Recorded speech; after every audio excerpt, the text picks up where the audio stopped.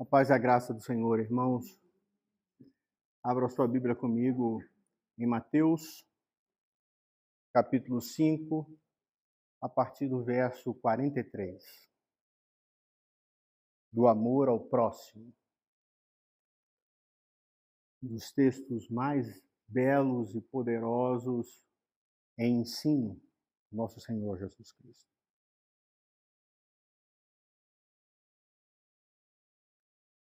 O Senhor Jesus diz assim: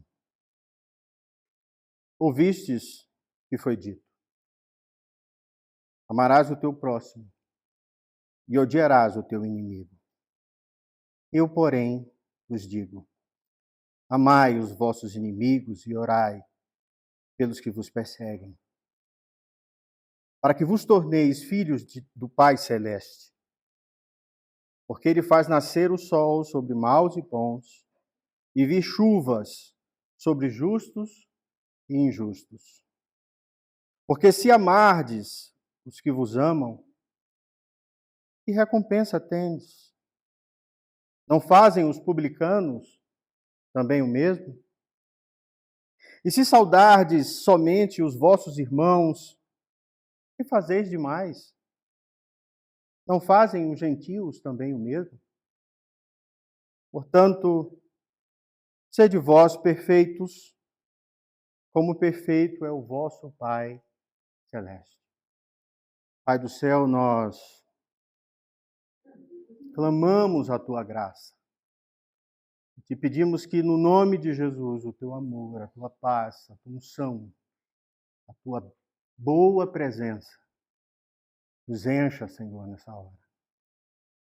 É o que te pedimos em nome de Jesus. Amém.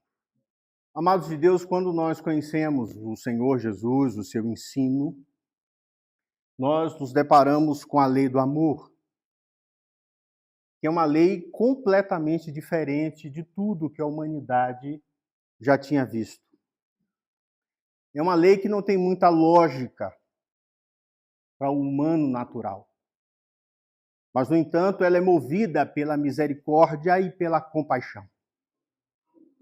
Ela se diferencia, porque até então a nossa tendência, ou seja, a nossa justiça, era para apelar para o seguinte: eu amo quem me ama e odeio quem me odeia. Essa é a lógica natural da humanidade. No entanto, Jesus tem uma outra proposta. E ele desafia esses padrões humanos de amor e nos chama a ter uma ética superior baseada no amor incondicional. No amor que ele aprendeu do Pai Celeste. E ele encerra mostrando que o amor verdadeiro é o amor que vem desse Pai, que derrama sobre toda a terra, sobre justos e injustos, a sua bênção, as chuvas, a comida, tudo que existe.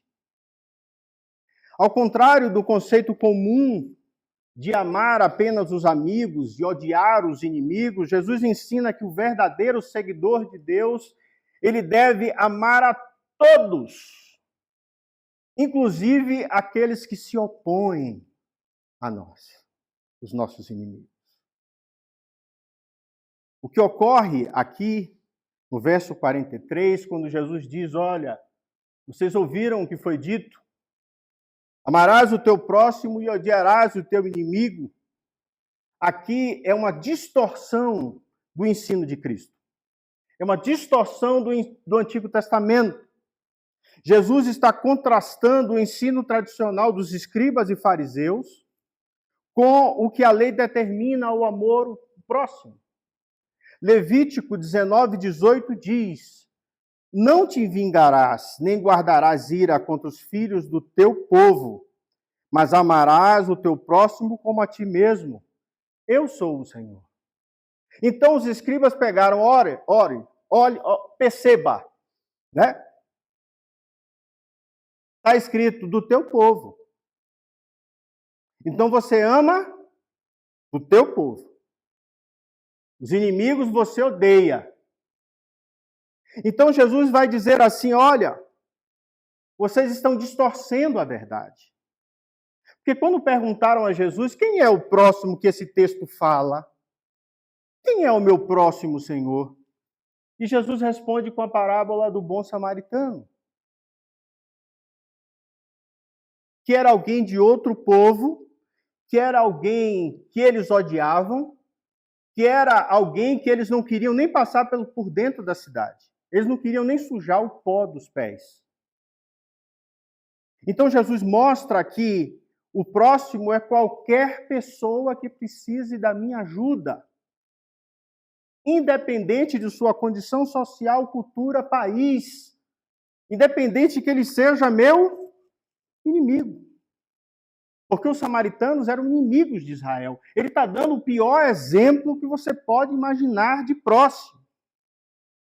Então ele mostra que o próximo é aquele que está no meu caminho. E que eu preciso amá-lo como se fosse eu mesmo. Como se eu estivesse caído no caminho. Que eu devo ser compassivo e ser próximo a ele, no sentido de me aproximar e de cuidar, independente de quem ele seja. E eu devo amar a todos, qualquer um. Até aquele que deseja matar-me.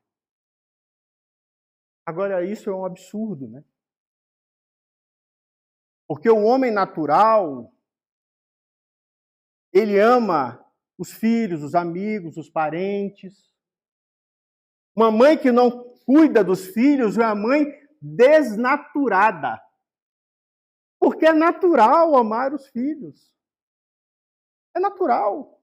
A gente acha ela desnaturada porque ela não faz aquilo que ela deveria fazer. Contudo, até os grandes crápulas têm amor pela mãe ou pelo seu filho. Luiz Carlos da Costa, conhecido como Fernandinho Beiramar, fez uma rebelião no dia 11 de setembro de 2002, em Bangu 1. E ele aproveitou a rebelião, invadiu a facção interna, que estava do outro lado, e matou 4 inimigos. E ele é conhecido por amar profundamente a mãe dele e o filho. Hitler, que assinava documentos para que uma vila inteira fosse exterminada, diz que uma tarde ele chorou a tarde inteira, porque tinha morrido o seu canário predileto. Não comia carne, porque amava os animais. Mas os inimigos, morte. Então, o homem natural ama os seus. Ama aquele que pensa igual. Ama aquele que repete a minha nota. Eu estou tocando em sol. Não desafina, não. Não toca outra nota aqui, não, porque eu não quero. Essa é a visão humana. Odiar o inimigo, irmãos, é instintivo. É instinto. É um reflexo natural em relação ao sentimento de hostilidade. Perceba, até os animais sabem que não gosta deles. O animal sabe. Nós também. É natural, é da queda. Isso é caricato. Dias Gomes, quando escreveu Bem Amado, ele tem um personagem que chama Zeca Diabo. Era um matador. Era louco por sua mãezinha. Amava a sua mãezinha, mas matava que era o cão. É caricato. Mas isso mostra a natureza humana. Mostra quem somos. Nós queremos amar aquele que nos ama. Só que Jesus diz, olha, eu quero outras atitudes. Se você me segue e me ama, ele diz, eu, porém, eu tenho outro entendimento quanto a isso. Amai os vossos inimigos e orai pelos que vos perseguem. Isso aqui é uma coisa absurda. Jesus está dizendo que no seu ensino é para seres humanos transformados de uma condição natural para um desafio do Espírito Santo, que é sobrenatural. É amar quem me odeia. É amar quem me faz mal. É amar aquele que me persegue, que tenta me destruir. Amar os vossos inimigos significa amar aqueles que nos tratam não segundo a forma que eu quero. E é difícil. Isso inclui aquelas pessoas que nós sentimos antipatia. Eu não tenho sentimento, meu sentimento por ela é aversão. Eu preciso aprender a amar essas pessoas. É isso que Jesus está dizendo. Eu preciso lembrar que não é um amor palpitante. Ah, como eu amo meu inimigo. Como eu acordo feliz quando eu sei que eu vou encontrar aquela pessoa que eu odeio. Né? Não é isso. Mas é um exercício de desejar o bem e buscar fazer o bem até aquele que me quer mal. Em Romanos, Paulo deixa claro, em Romanos 12, a partir do verso 20, ele diz: se o teu inimigo tiver fome, dá-lhe de comer. Sabe aquele cafezinho que você leva para a pessoa que você detesta na repartição? É isso. Para aquele que tentou puxar o seu tapete e você ainda continua tratando ele bem, Paulo está dizendo: dê de comer ao seu inimigo. Se ele tiver sede, dá-lhe de beber. Porque fazendo isto, amontoarás brasas vivas sobre a sua cabeça. Não te deixes vencer pelo mal, mas vence o mal com o bem. Se ele está te perseguindo, ame-o. Cuide dele. Faça por ele. Orai por aqueles que te perseguem. Olha que coisa linda. E é difícil. Porque o nosso sentimento primeiro é raiva, é ira. É querer que a pessoa se dê mal. Dietrich Bonhoeffer, no livro Discipulado, ele diz que amar os inimigos é a consumação da imitação de Cristo. Puxa, como eu queria ter escrito essa frase.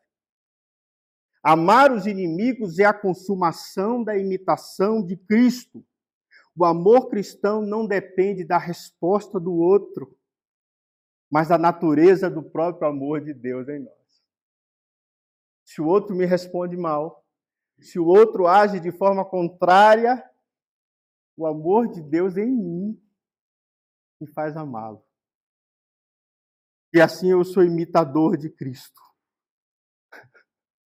Sabe por quê? Porque toda a humanidade, a uma, era inimiga de Deus. Nós éramos inimigos, é assim que a Bíblia nos trata. Quando Jesus diz que não existe amor maior do que esse, do que entregar a sua própria vida pelo amor dos seus amigos, ele está transformando os inimigos de Deus em amigos. É para isso que Jesus morre. Então o cristianismo ensina que não devemos tratar as pessoas com base no que elas merecem, mas com base na maneira como Deus nos tratou. Eu sendo inimigo, ele me deu o seu melhor, o seu filho. Eu sendo inimigo, ele me deu amor. Ele nos amou e perdoou quando éramos seus inimigos. Portanto, sejam imitadores do meu Pai. Então, ele tem uma proposta para que vocês se tornem filhos, verso 45, do vosso Pai Celeste. Vocês precisam amar os seus inimigos. Esse é o propósito das atitudes cristãs. Para que eu seja filho de Deus, eu tenho que amar o meu inimigo. Percebe?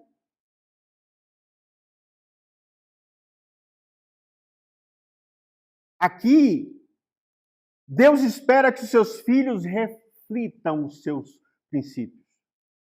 sejam reflexos de Cristo, sejam cartas abertas, vivas, espelhos da pessoa de Cristo. Todo pai espera isso de seus filhos. Todo pai espera que os seus filhos sigam os seus ensinamentos, que sejam espelhos de quem eles são. E até o pai que é mau diz assim: filho, não imita teu pai não, porque teu pai é mau.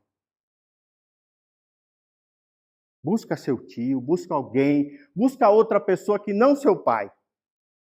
Eu já vi várias histórias assim, em saber que o pai não era modelo para o próprio filho. Até os maus sabem. Então Jesus apresenta o próprio Deus como modelo de amor, é isso que ele está fazendo. Deus faz chover sobre todos. Ele faz o sol brilhar e a chuva cair sobre justos e injustos. Se Deus age assim, os filhos de Deus também devem refletir o seu caráter. É esse o ensino de Jesus. O Sermão do Monte é a formação do caráter. Portanto, tornam-se filhos de Deus no texto. Tornar-se filho de Deus implica não uma condição em si, pois somos filhos, fomos chamados, todo Israel era chamado, todo mundo ali era filho, todo mundo era filho das 12 tribos ali. Mas o que implica ser filho é mediante o amor de Deus. É quando eu afirmo ao mundo de quem eu sou filho, amando. Deus vendo em mim o amor do filho dele.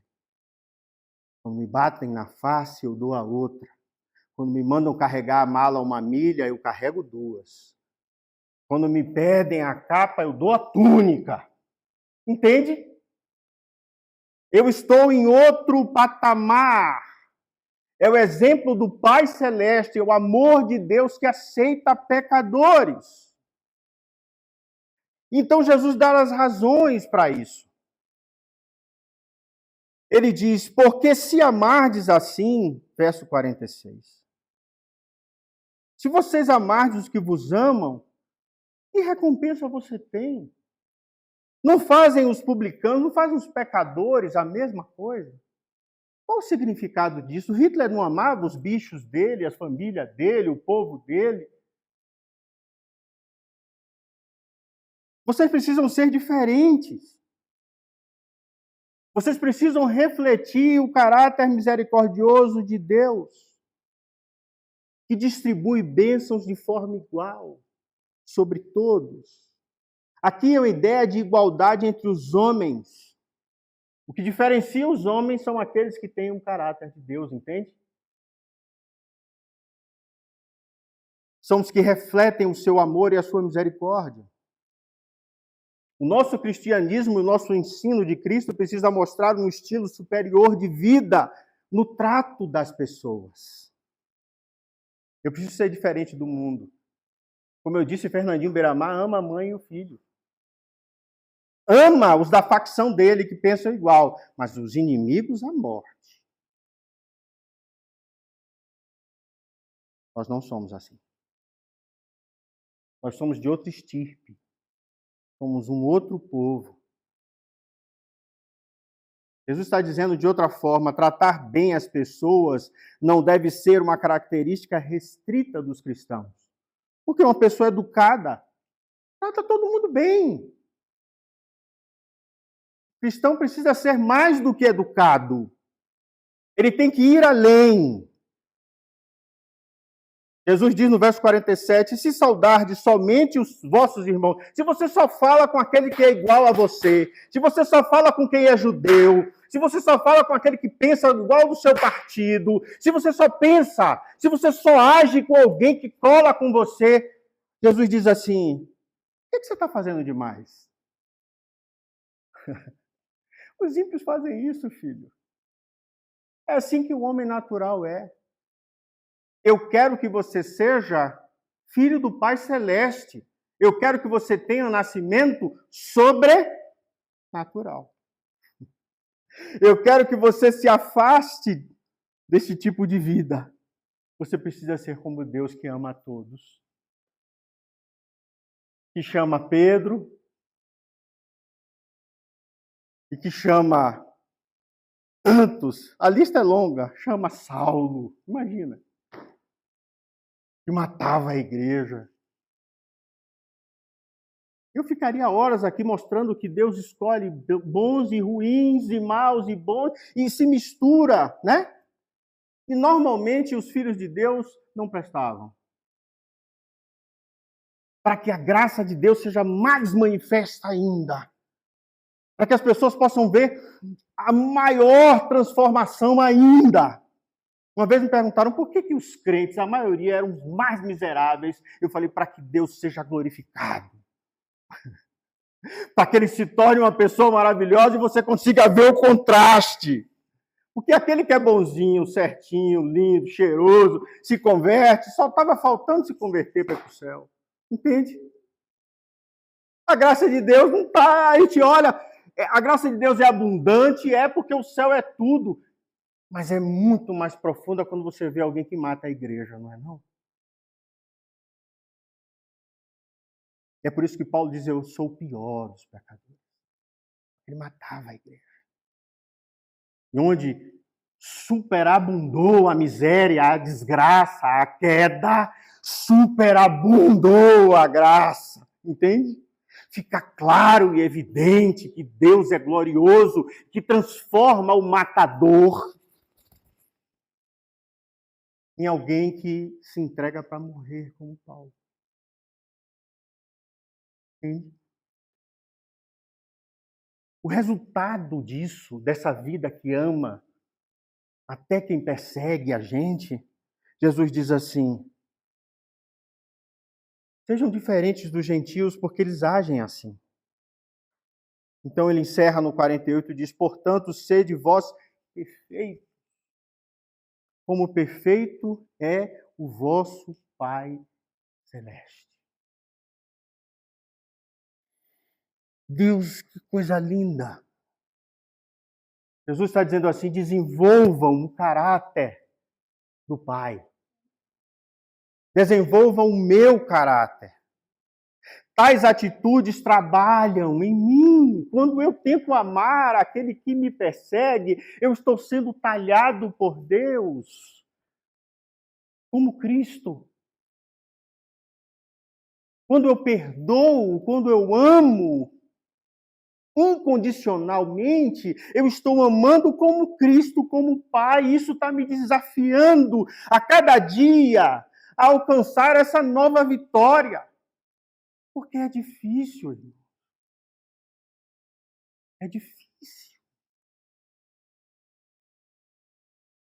Chamado à perfeição aqui, nesse versículo final, nesse ensino, que resume tudo que Jesus está dizendo, a perfeição mencionada aqui não se refere à ausência de falhas. Ou que você vai ser perfeito. Pessoas vão lhe perseguir, você vai estar transbordando coraçõezinhos de amor. Não, não é essa a perfeição. Mas é uma atitude espiritual que vai refletir o amor divino, que ainda no primeiro momento eu me sinta desejo de odiar, eu sou talhado pelo Espírito e eu luto contra mim mesmo, esmurrando a minha carne, como Paulo diz, não dando soco no ar, não. Eu esmurro a mim mesmo para aprender a amar. Verbo transitivo direto, ação. Eu preciso agir sobre a vida do outro. Eu não posso amar só de boca. Eu te amo. Puxa o tapete. Você sabe que eu gosto de você, não é? Primeira chance eu me corto. Deus não é assim, porque se Ele fizesse isso conosco, irmãos, o que seria de nós? Pastor, eu entendi.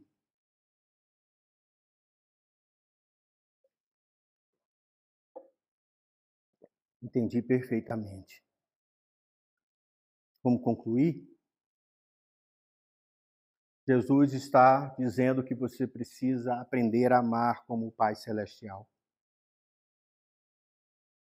O chamado aqui é para um amor incondicional, limpo, puro e cristalino, que independe da resposta da pessoa para com os seus atos. Esse texto é um desafio para todos nós. Para toda a humanidade, mas principalmente para os cristãos. Porque são esses que são chamados para agir assim. O mundo não é chamado para amar o inimigo. São os filhos do Pai Celeste que são. Então a ética cristã é um amor radical. Os cristãos são chamados a amar não apenas os que te tratam bem, percebe? Mas os que te tratam mal e são seus inimigos. Esse tipo de amor não é opcional para os seguidores de Cristo, pois reflete o caráter do próprio Pai, ou seja, para que sejais filhos. Eu sou filho, eu amo. Entendeu? O mundo pode não amar. O servo de Deus precisa. Portanto, o verdadeiro amor cristão, ele é radical. Ele é completamente diferente das relações que o mundo oferece. Significa que se você vive apenas para aqueles que te tratam bem, então a sua vida não se difere de qualquer pessoa. É isso que Jesus está dizendo. Mas quando você ama os seus inimigos, você mostra ao mundo o vislumbre do amor de Deus, do amor redentor em você. E o mundo crê que é verdade o ensino de Cristo quando nós amamos assim. Quando Jesus ora pelos seus discípulos, e Pai, ora para que eles sejam um, para que eles todos estejam junto conosco. E aí o mundo creia que tu me enviaste. A unidade da igreja mostra ao mundo que Deus enviou Jesus. E quando a igreja ama até o mundo que a persegue, é o vislumbre da glória. É isso. E eu encerro dizendo que perdoar o inimigo é um reflexo do evangelho, do ensino de Jesus. Perdoar aqui não significa minimizar o mal, diz Timothy Keller. Mas é reconhecer que Deus é o juiz e que podemos confiar a Ele a justiça enquanto escolhemos oferecer graça. O mal não vai ser minimizado. Não será você o juiz. Não será você que vai cortar a cabeça do seu inimigo. Será o Pai. Ele que vai julgar. Então eu escolho a graça como Deus escolheu. Eu escolho perdoar, como Jesus disse, se você não perdoar os vossos ofensores, aqueles que fizeram mal contra vocês, se vocês não perdoarem, o vosso Pai Celeste também não vai te perdoar. Então, é um crescimento. A minha palavra final é: assuma esse compromisso diante de Deus. Começando com uma atitude de oração. Orar por aqueles que te perseguem e que te odeiam. Orar por aqueles que você odeia. E a gente é muito vítima, né? Muito vítima. Então, ore pelo seu coraçãozinho, pelas pessoas que você detesta. Comece com oração e com amor. Esse amor cresça para com aqueles que te perseguem. Assim você estará no caminho do amor incondicional que o Senhor Jesus nos deu na cruz do Calvário. Vamos orar? Pai do céu, nós te damos graças e te peço que na autoridade do nome de Jesus, o Senhor nos dê discernimento da tua palavra, Que possamos amar, Senhor, como o Senhor nos amou. Possamos crescer, Senhor, em sabedoria e em graça. E amar a todos que estiverem no nosso caminho. Amar a todos aqueles que precisam da nossa ajuda. Ajudar, dar de comer e beber até aqueles que nos perseguem. Nos faz ser como Cristo, Senhor. Nos faz ser perfeitos em Ti. É na perfeição de Cristo que nós nos escondemos. É atrás da cruz de Cristo que nós nos escondemos e Te pedimos, ó Deus, nos ajuda a amar com essa intensidade, com essa complexidade, mas para que o mundo veja esse amor pleno, justo e santo em cada um de nós. Que tudo isso seja somente para a Tua glória. Nós oramos a Ti em nome de Jesus. Amém.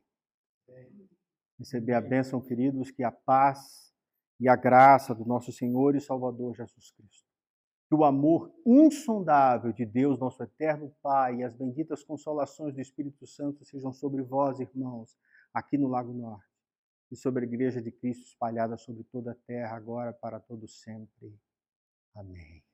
Deus abençoe a sua vida e lhe dê uma excelente semana.